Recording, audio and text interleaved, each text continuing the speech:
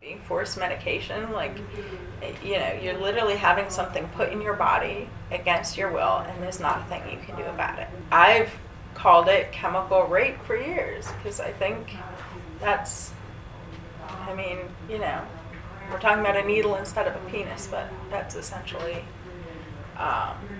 it's very traumatic, yes.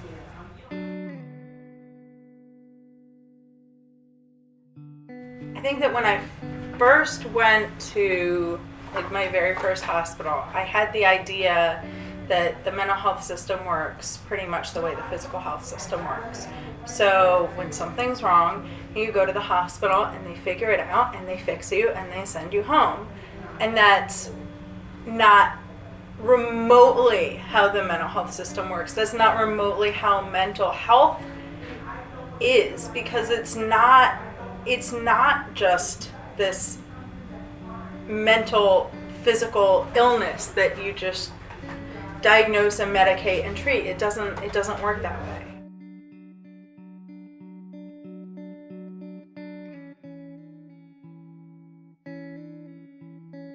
My first exposure to the mental health system was when I was about 13 years old, so I don't even know really what I was expecting. It wasn't very helpful for me. Not to say that there aren't good things about it, or that other people don't have different experiences. For me, I felt like it was just everything got seen through a lens of having a label, and people stopped seeing me as a person with a history and with any type of reason for why I did things I did or had, everything was just looked through that one lens as if that explained everything you needed to possibly know. There's just a lot of trauma that happens in those places.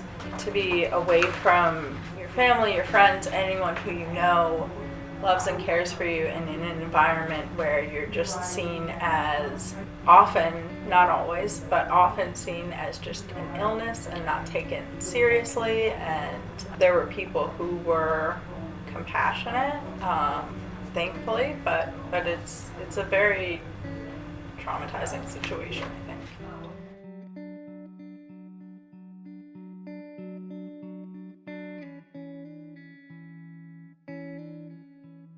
So one of the reasons that I'm so passionate about advocacy and why we do what we do here at Community Advocates is because so many people aren't listened to in the mental health system.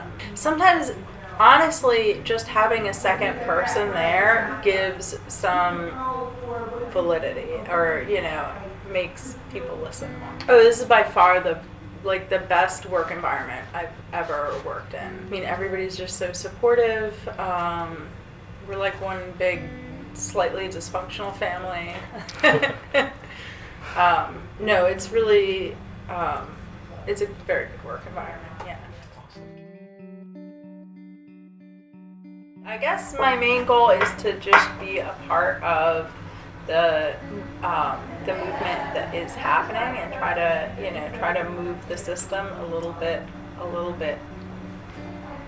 forward and do my part in that. I'm one person, you know what I mean? But we can only do what we can do, but that would be my goal.